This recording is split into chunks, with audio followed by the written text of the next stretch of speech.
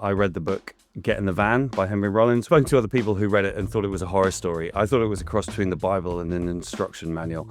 I'm a performer, a live performer before I am anything else, really. It's how I pay my bills. Do you know what I mean? Is playing shows. I once got physically ejected from a karaoke bar in New York because I got up to do that song and it was the 5-minute version and I started complaining and they threw me out bodily from the bar.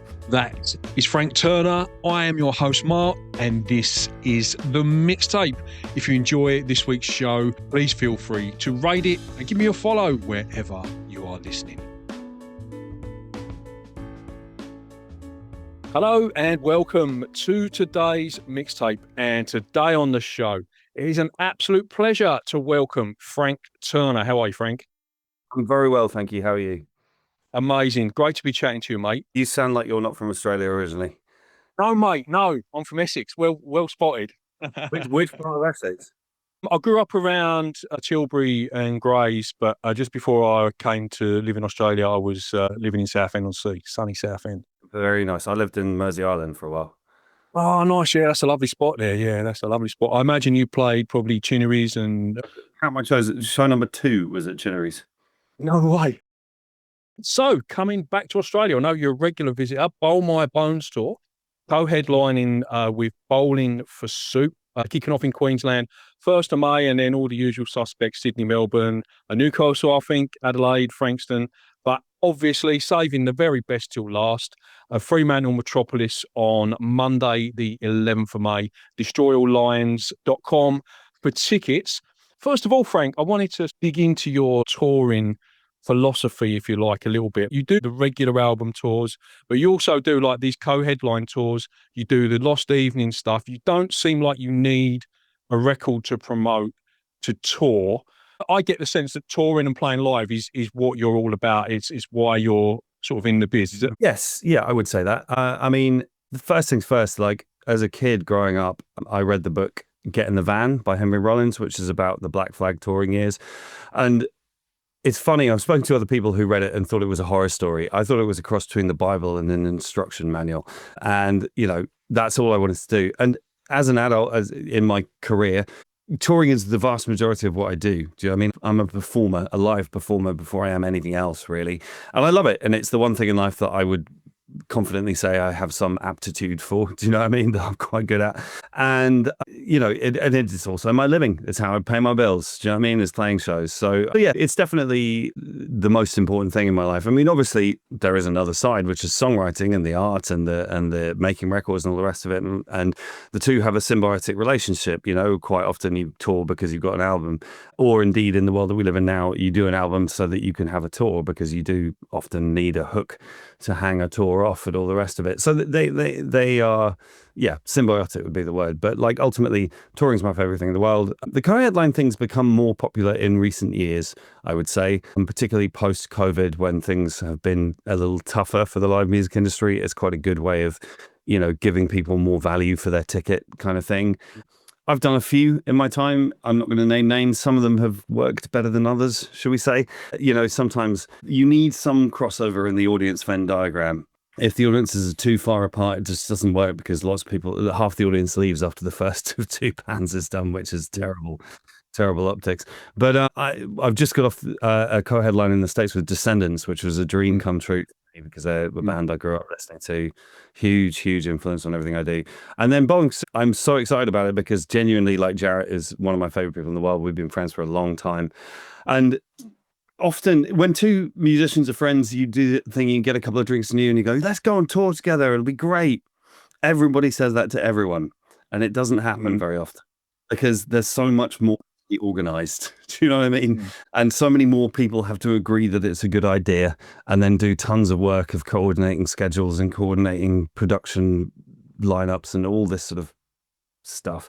And we and Jarrett and I have been saying that together more than most for such a long time, and it's finally happening. And I'm quite impressed with both of us for actually making our teams kind of line up behind us on this one. But I'm really, really excited for it. Who would be your dream co-headliner, Frank? If you could team up with anyone, who would it be? I mean, to be honest, in a lot of ways, the answer to that is Descendants that we've just done. I mean, it was like actually organising that one, my agent was asking me if I had any sort of thoughts about who I would want to co-headline with, and I mentioned Descendants, and he was like, "I just don't think that's going to happen." And I said to him, "Just send him an email. Do you know what I mean? Send him an email. What's the worst that's going to happen? They'll say no." That's how I bought guests for my show. That's exactly the same philosophy. Why not? Just go. Do you know what I mean? And so he was slightly reluctantly was like, "Okay, fine," and send the email. And about 24 hours later, he called me and he went, "They said yes." And I was like, "Yay!" And it was such a dream for me. I mean, I've been friends with some of the guys for a long time already, anyway. But like, just having my name on the same line as theirs on a poster is a thing that I wish I had a time machine for, so I could go back and tell 15-year-old me that it's going to be okay. Bear that thought in mind, because we'll get onto that subject in a little while with the mixtape track choices. Do you ever sit down and map it out, Frank? Long term, or do you just you have just random convos and just, oh, let's do that, and then it happens, or do you have a plan in mind? A little bit of both, I would say. I mean, I think that it's good to be flexible and good to be open to sort of ideas. And there's different moments in the album cycle, as they call it. Do you know what I mean? There have been times in my career when I've had like 2 or even 3 records, not written, but sort of like conceptually mapped out in my head. And there's been times when it's just going with the flow and seeing what happens. I mean, right now, my 10th album came out a couple of years ago, which is still, in my opinion, one of the better records that I've made in my life. And I'm kind of enjoying not feeling in a hurry to do another record right now. I will in time, but it's just like, it doesn't have to be next week. Do you know what I mean? It's like I can still enjoy the art that I've made, and from the kind of business point of view, like there's quite a lot of 20-year anniversaries rolling around in the next few years, and that's a good reason to play shows. And in fact, tomorrow I'm starting a tour with the 20th anniversary of my first EP, which means I'll be playing a bunch of songs that I never play anymore. You must be reading my notes, because that was exactly where it's all right, mate. It's all right. It's all good. Exactly where I was going next. So I think I'm going to try and put this out a few days before Record Store Day. So okay. You've got 2 variants of Campfire Punkrock coming out for Record Store Day. First of all, 20 years. Does it feel like 20 years since you put that one out? I mean, in a lot of ways, it feels like more. It certainly feels like it was a lifetime ago, which arguably it is. I mean, I've been doing for the reissue and everything. I've been doing quite a lot of thinking about that and looking through old photos and stuff like that, and realizing that I had the world's worst haircut 20 years ago and all this sort of thing. And it's been really fun and it's been cool. And there's a fair degree of pride in the fact that this is still a thing to be talked about 20 years later. I think when we put it out, I was sort of hoping that maybe I could tour for another 6 months or a year or something, and here we are talking about it 20 years and 10 albums later, and that's nuts. Do you know what I mean? And like I say, it's a glimmer of pride in there as well. You're listening to The Mixtape. The Mixtape is brought to you in association with Giglist. Giglist is your one-stop shop for all your live events. If you're looking to get out and experience some live music, you can filter by artist, venue, suburb or date. If you are an artist, it will take you less than a minute to list your gig for free on the website. The Mixtape brought to you in association with Giglist. Gigs in a list. So, Frank, I normally send these track choices out beforehand, but I didn't want to wreck your buzz over the Easter weekend by making you have to think about stuff. So my show's called The Mixtape, and when I get guests on, I've got 6 categories of song, and I ask you to pick a song for each category, and like as if you're making up a mixtape. This is a way of exploring your influences and inspirations. So track 1 of your mixtape, Frank, Attention Grabber. Kick off your mixtape with an attention grabber. What are you going to go with, mate? That's a good question. I'm going to just do first things that spring to mind, others will be here all day. But that's the best way of doing it, mate. I'm a really big fan of the thinking about first lines in songs to grab attention. And there's a band from Arizona called AJJ, who are old friends of mine, old touring buddies of mine. And Sean, their singer, is, in my opinion, one of the better songwriters in the world. And I mean, which song of theirs to choose? There are so many. Am I allowed to swear on this? You are, mate. Yes, I can just drop a language warning in, no problem at all. Yeah. They've got a song that opens with the line, "I'm gonna fuck the devil in his ass," and it's just kind of like, and you're just like, I'm paying attention now. Like, where the fuck is this going? Do you know what I mean? And it makes you laugh, but it also makes you pay attention. I just think that's a wonderful thing. And there's a song of theirs. What's it called? I can't remember what it's called. It opens with the line, "I wish I had a bullet big enough so I could kill the fucking sun." And it's just kind of like, again, you're just like, okay, where are we? So I would pick an AJJ song. "Fuck the Devil," I think that song's called. So I'll pick that. Track 2 of your mixtape, Frank, is what is a song you sing loud and proud in the car or the shower? Oh, I mean, there's many, but let me put it this way. A long time ago, I was having this sort of debate with friends of mine. Imagine your family's been kidnapped and they've got you tied to a chair and they've got guns to your head and they tell you that they will release you and your family if you can nail one song on karaoke. And my answer to that question has always been and will always be "Bath Out of Hell" by Meat Loaf. And I should specify the 9-minute version, not the 5-minute version. Yeah, I once got physically ejected from a karaoke bar in New York because I got up to do that song and it was the 5-minute version, and I started complaining, using language that they didn't appreciate, into the microphone. I was quite drunk, and they threw me out bodily from the bar. So I'm very bothered, very worked up about radio edits, let's say that.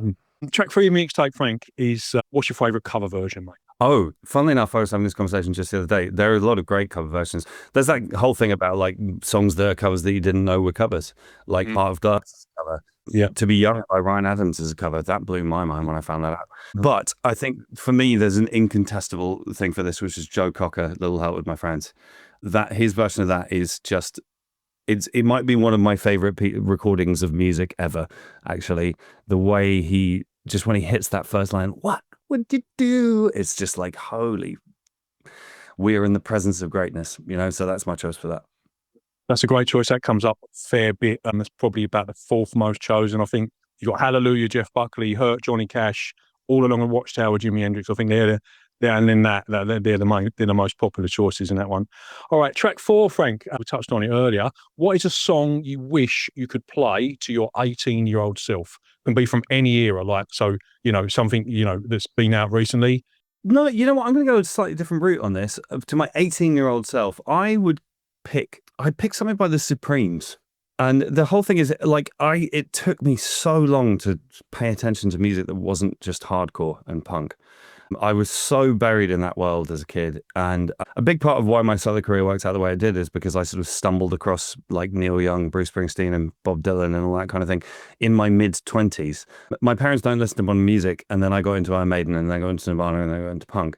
And so that was my whole kind of upbringing, if you like. Not that anyone was really doing the bringing up. It was me doing it to myself. But like, I wish there's so much incredible songwriting out there. And I particularly the Motown stuff, I just think is just so incredible. All the Dozier Holland Dozier stuff, and I wish I'd encountered that stuff a little earlier than I did. So I would open my younger mind a little earlier. Have you got a specific track? I mean, Can't Hurry Love. I always like to mention to guests when they come on if they've ever been picked as a choice by someone else. Not specifically one of your songs, but this will be episode 150. Episode 3, the mighty Clint Boone from Inspiral Carpets chose Letter to Myself for that category. So yeah, and I'd never heard of the lottery winners at that point, so that was a great one. I love those guys and girls. They are phenomenal. And like, it's funny, I occasionally get people telling me that they love that song and that they're so stoked about my writing on that song. I didn't write that song. Like, Jesus Christ, that's a Tom Ryland song and should be recognized as such. Yeah, they are. Yeah, that's a beautiful, beautiful piece of music. Yeah. As far as I know, they've never toured Australia. I'll be jumping all over them like a rash if they announce an Australian tour. They're coming. That's all I'm going to tell you. Fantastic. All right, good one. All right, Frank, track 5 of your mixtape. So you have spent all your money on vinyl and the girl at the record store still has not noticed you. So you're going to go in there, last ditch attempt. You're going to give her a mixtape. What song are you going to put on that mixtape? I'm going to pick a Regina Spektor song. I think Regina Spektor is, she's reasonably well appreciated, but I think that she is still underappreciated. I think she is one of the most original songwriters of the last 50 years. I just think that she does things with chords and lyrics and melody that are off the map. And what makes it particularly brilliant is that they don't feel like they're off the map. You know, you can listen to free jazz or whatever if you want to hear stuff that's off the map. But she's got this way of throwing in super, super odd stuff to her songs, and it just still feels like a pop song. And I just think that's really, really remarkable. And she's also just a beautiful, beautiful writer. And the song Us by Regina Spektor is a remarkable piece of music. I love it. I mean, it's important for me to state that I'm a happily settled man and my partner is currently next door. We listened to that song together, actually. She is also a huge fan. So Us by Regina Spektor would be the song I would put in the mix. Would then give to my missus. Finally, for your mixtape, Frank, track 6, deep cut album track or B-side. Ooh. One of my all-time favorite bands is The Hold Steady. I don't know if you're familiar. They're an American rock and roll band. I think that they're generationally brilliant and I love them. And one of my favorite songs of theirs is called Two-Handed Handshake, and it was a B-side for the album Stay Positive. And I'm getting goosebumps even just thinking through that song. The horns lick on it is beautiful. The lyrics are, as is standard for The Hold Steady, totally, totally beautifully incredible. I don't think that you'll find love in the back room of some club. I don't think you'll get the truth from kids with stickers on their boots. It's just like, God damn you. I mean, Craig is a friend of mine, but he annoys me with his brilliance. You know, he just writes lines and I'm just like, leave something for the rest of us. Damn you. Yeah, but that's my choice for that one. Right, we've got 1 or 2 minutes left, so I'm going to go very quickly through the quick fire 5, and these are normally as quick as how much time we got left. So I don't normally say 1 or 2 word answers, but we'll rattle through these very quickly. Do you have any must-have items that you bring on tour with you from home?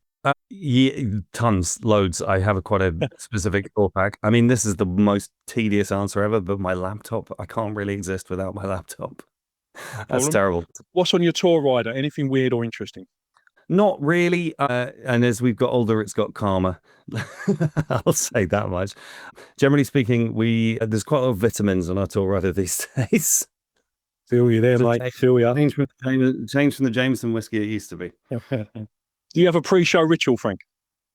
I do. I warm up. I stretch my back because I had a terrible back injury about 15 years ago. And then the last part is that me and my band and crew, everybody high fives everybody else. Excellent. What's your favourite city to play live? London. That's boring, but it's true. That's fine, mate. Hometown shows are often the best ones, so yeah, all good. Well, I get finally, that's it. Yeah, it's an easy way to get over in the next 10 minutes. If you could time travel to see any concert in history, which concert would you choose? I mean, it's an obvious answer, but probably The Last Waltz. You know, like that is just one of the most phenomenal pieces of recorded music ever, and I wish I'd been in the audience. Got that on vinyl. It's amazing. So good. Right. Frank, it's been an absolute pleasure chatting to you, mate. Thank you so much for making the time and coming on the show. It's destroyallines.com for tickets and info. Frank Turner and Bowling for Soup. Co-headline tour, Bowl My Bones, kicking off on the 1st of May. Coming to Perth on Monday, the 11th of May at Metropolis, Fremantle. Safe travels, Frank. Cheers, mate. I'll see you there. Take care, mate. Thank you. Thank you so much for listening to this week's mixtape. If you would like to get more from the mixtape, you can catch up with over 150 archive episodes by visiting themixtapepodcast.com. Also there you'll find links to the YouTube channel, my social media pages and my Patreon if you would like to get even more content that doesn't go out on the radio show or the podcast. You can secure your mixtape backstage pass. All of those links are available at themixtapepodcast.com. You've been listening to The Mixtape and I've been your host, Mark. Until next time.